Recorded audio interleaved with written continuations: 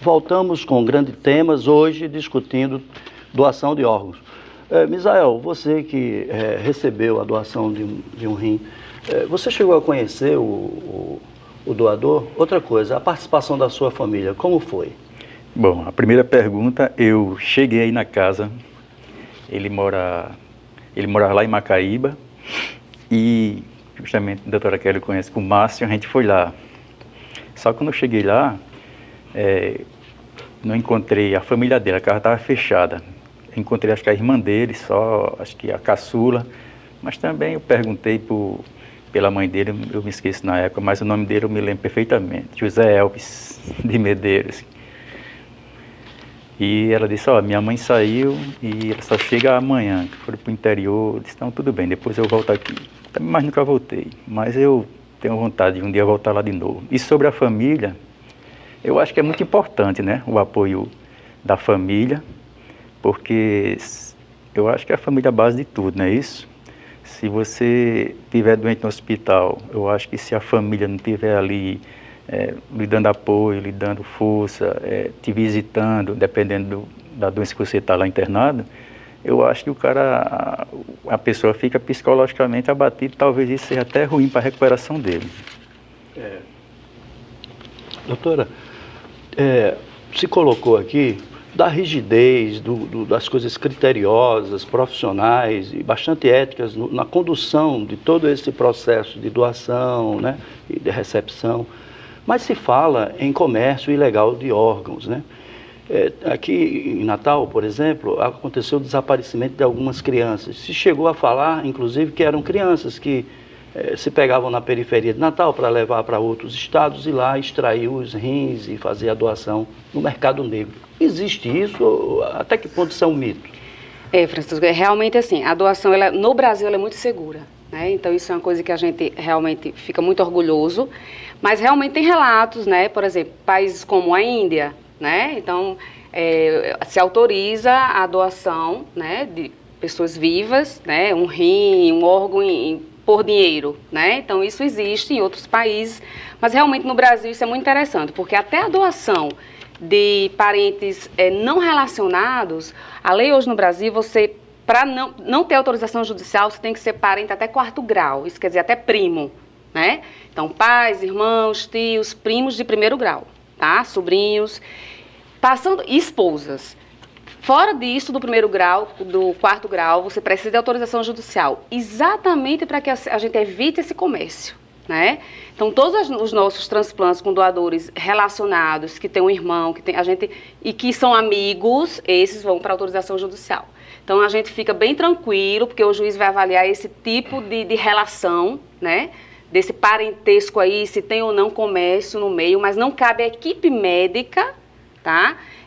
Julgar isso. Então, a gente fica meio que isento e manda para o juiz, para que o juiz determine se aquela doação é segura do ponto de vista de comércio, tá? Então, no Brasil isso é muito tranquilo, a gente tem uma legislação muito forte, que penaliza realmente as pessoas e os médicos que agirem de má fé. Então, isso realmente no Brasil é seguro, mas isso não é mito, existe realmente países que há quem venda seus órgãos, né, por dinheiro. Mas no mundo todo vem sendo combatido, mas a gente sabe que isso, né, depende muito de cada país. Doutora Raíssa, os médicos, eles contribuem com o processo de doação de órgãos. Eu quero dizer o seguinte, por exemplo, um motoqueiro sofreu um acidente, né, que a gente sabe que tem muitas mortes no trânsito todos os dias e normalmente de pessoas jovens. E essas pessoas chegam no hospital, às vezes já falecida, né? Já foi a óbito. O profissional médico, ele se preocupa em comunicar a essa rede para que haja a possibilidade da família autorizar a doação? No caso de a óbito natural, sem passar pela morte encefálica, às vezes sim. Isso a gente tem, inclusive, feito ações para equipes médicas de sensibilizar essas equipes, de avisar a OPO, que é o Serviço de Captação de Órgãos, no caso do transplante de córnea, nesses indivíduos.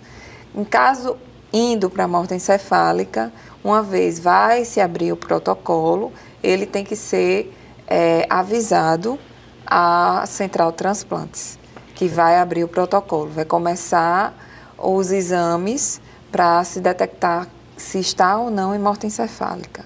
Então, a gente tem conhecimento. Doutor Rodrigo, a doação e a recepção de órgãos envolve questões éticas, né, profissionais, mas éticas universais também, questões legais, como o senhor bem citou, né, há realmente uma legislação avançada no nosso país, mas também questões morais. E quando fala em questão moral, entra a questão religiosa aí. A gente sabe que há religião, por exemplo, que não permite a doação de sangue, né, aos seus membros. Como é que fica essa questão? A participação da religião é importante? As religiões, de um modo geral, estimulam a doação? Sim.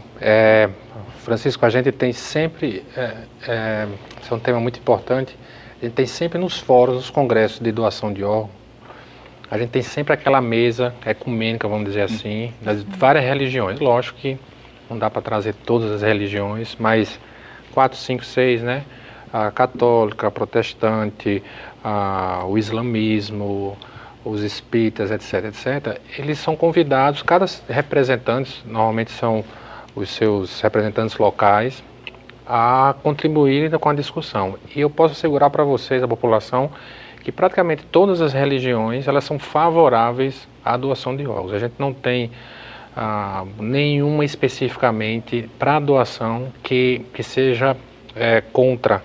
Mesmo a Testemunha de Jeová, por exemplo? Mesmo a Testemunha de Jeová, por exemplo, a gente com esse tempo todo próximo à Central de Transplantes, seja como transplantador, como eu já trabalhei, como até como coordenador, a gente nunca teve um relato do Testemunho de Jeová que foi contra a doação. O detalhe é muito ligado mais ao sangue isso, do que propriamente dito ao detalhe da doação de órgãos, vamos dizer assim.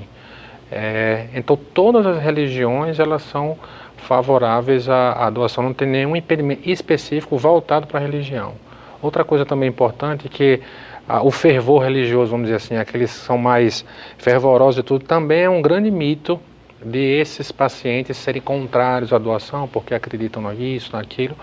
O que realmente faz essas famílias, sendo mais religiosas ou não, sendo de uma religião ou outra, doarem, um acolhimento mais adequado desses familiares nos hospitais, é um acolhimento que fala assim, a recepção, a comunicação, a segurança no processo, a doutora Raíssa falou muito bem, então exatamente nesse protocolo muito rígido e seguro de morte encefálica, então tudo isso, o familiar sendo mais religioso, menos religioso, ligado a uma ou outra religião, ele resolve ser doador. Então esse é um processo importante que os hospitais, as cidades, os estados precisam ter arraigado, né?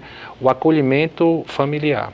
Complementando o que o Rodrigo falou, o que a gente vê no dia a dia, é que acho que o maior entrave na doação, às vezes, é realmente a assistência médica, né? Isso que o Rodrigo falou é bem verdade, a religião, eles acabam entendendo realmente a importância da doação, mas você chegar no hospital, né, num pronto atendimento, seja o TCE, o politrauma, e você não ter um bom atendimento, faz com que, posteriormente, a doação ela não seja efetivada, né? Então, eu acho que o nosso sistema de saúde, ele precisa melhorar bastante na chegada do paciente, do politrauma, do AVC, né, dos derrames, porque o que é que a família fala? Poxa, eu cheguei, eu não fui bem atendido.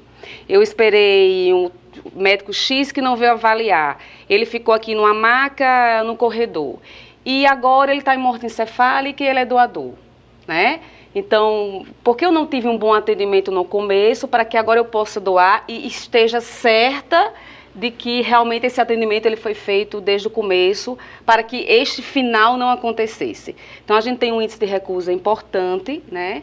E lógico que não é isso o único fator, mas é um dos fatores que a assistência médica, se ela for primeira, assim que o doente chega, for assistido, for para tomografia, for para uma UTI, então o que é que acontece? Quando o doente chega, ele fica num corredor, ele muitas vezes precisa de uma ventilação mecânica que ele não tem. Então, isso se tenta melhorar, né, no Brasil todo, para que essa recusa, pelo menos nesse primeiro atendimento, ela diminua, né? Na hora que você tem uma morte cefálica, não, ele foi para a morte cefálica porque realmente ele não tinha mais chance, mas tudo foi feito, ele fez a tomografia que ele precisava, ele foi para uma neurocirurgia que ele precisava, então ele teve o pré-atendimento de qualidade. Então, é muito mais fácil a família dizer, poxa, meu parente foi bem assistido, agora eu aceito que ele seja doador. Então, eu acho que a política de saúde desse primeiro atendimento precisa melhorar para que a gente tenha uma melhora na aceitação e na doação. Francisco, o Instituto do Bem, eu venho como o representante do terceiro setor aqui nessa discussão. O Instituto do Bem, do qual eu faço parte como Conselho Fiscal, teve uma ação pontual que está tentando ser estendida nesse processo de acolhimento, que é a sala de acolhimento, né? Então, é uma sala toda customizada, adequada para um momento difícil, né? De comunicação, que a gente chama de comunicação das más notícias. Isso está sendo mais estudado nos últimos anos, e na doação de órgãos, principalmente, momentos difíceis, né? Imagine aquele ente querido, aconteceu isso de verdade já nesses momentos da gente na Central de Transplante. Então, estava num churrasco, caiu da mureta, bateu a cabeça, então uma festa familiar dos amigos, em 6, 8, 10 horas esse indivíduo é diagnosticado com morte cefálica, né? Então veja o trauma que é para a equipe médica, para os familiares, obviamente. Então isso você precisa, o que a doutora Kelly falou é perfeito, um acolhimento que em certas partes das vezes a gente não consegue dar. O trato fino com o familiar, com aquele paciente, as equipes prontas para fazer o atendimento, as tomografias, as ressonâncias sendo feitas no momento adequado. Então isso não é fácil num estado com dificuldades como o nosso. Então algumas medidas pontuais, como uma sala de acolhimento para fazer essa comunicação adequada, né, cores adequadas, móveis adequados, para que essas notícias não serem dadas no corredor, ao lado do leito, né, todo mundo passando aquele barulho todo. Então, são coisas estudadas para melhor acolher essa família. Lógico que não adianta ter uma sala de acolhimento como tem no Valfredo Gugel, que o Instituto do Bem conseguiu em parceria fornecer, maravilhosa, mas esse atendimento técnico médico não seja adequado. Então não adianta uma bela sala de acolhimento para a gente dar uma má notícia se não foi feita a tomografia, se o médico especialista não foi feito, que ele ficou no corredor. Então é um conjunto de medidas que as equipes aqui da Central de Transplante são muito bem treinadas, que precisam ser feitas para essa família ser melhor acolhida, e aí depois que possa ela entender que realmente foi um tratamento adequado, infelizmente não pôde surtir efeito, e aí ela ser doadora.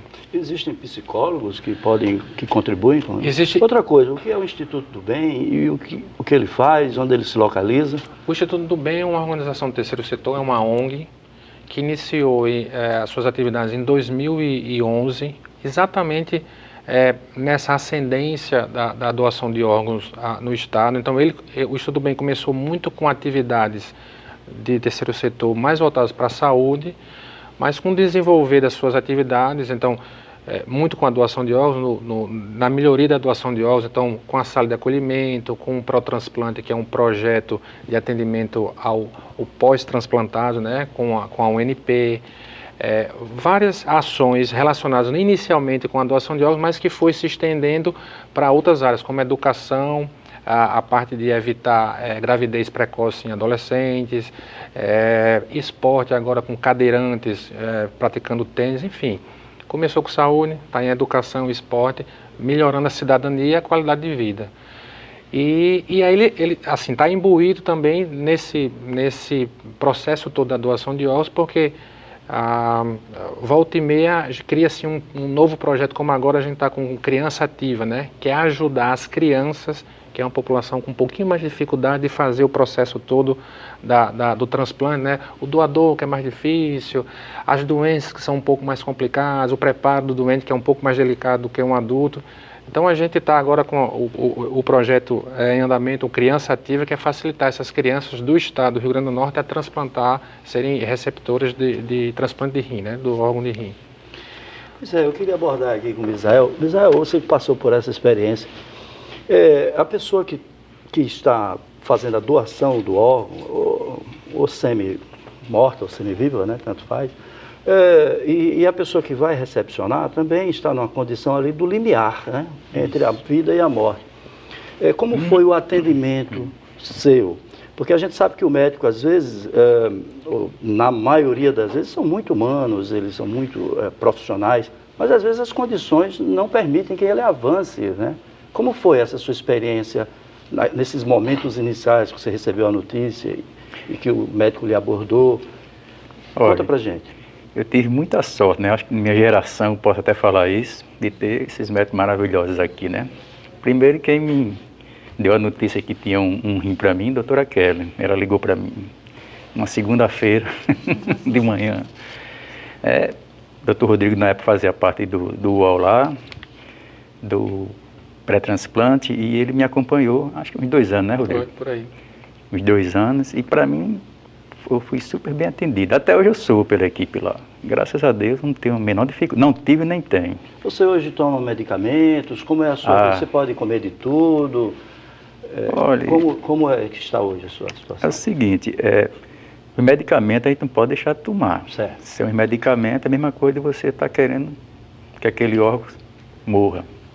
Porque o medicamento é justamente para isso, para proteger o órgão transplantado, né? Rejeição. Para evitar uma rejeição, porque o nosso organismo está todo o tempo querendo expulsar ele dali, porque é um corpo estranho dentro da gente, né? Então ele faz uma blindagem naquele órgão transplantado. E se você deixar de tomar, com certeza ele vai perder, vai ter uma rejeição, vai perder esse órgão. Doutora Raíssa, a pessoa quer fazer uma doação, quer se pronunciar, quer se expressar como doador. O que ele deve fazer? Ele deve deixar isso por escrito, deve comunicar à família, deve entrar em contato com quem?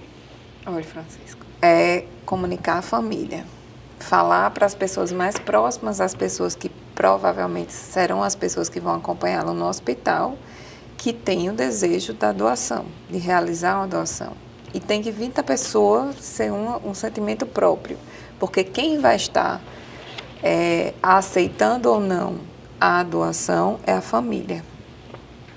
E como ela deve fazer isso? Junto ao órgão público? A família fica mais fácil, é só falar, né? Mas ao órgão público precisa também? Não. A justiça precisa entrar nesse processo? Não, teve uma época de ser colocado na carteira de identidade quando você não queria ser doador.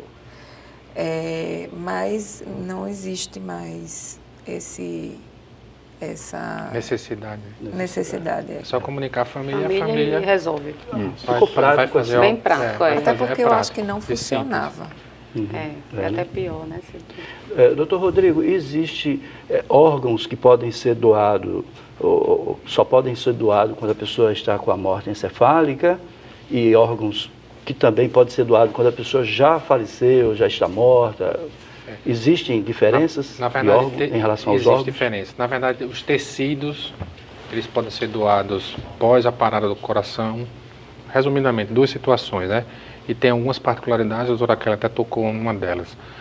Os tecidos, córnea, osso, podem ser pele, podem ser doados pós a parada do coração.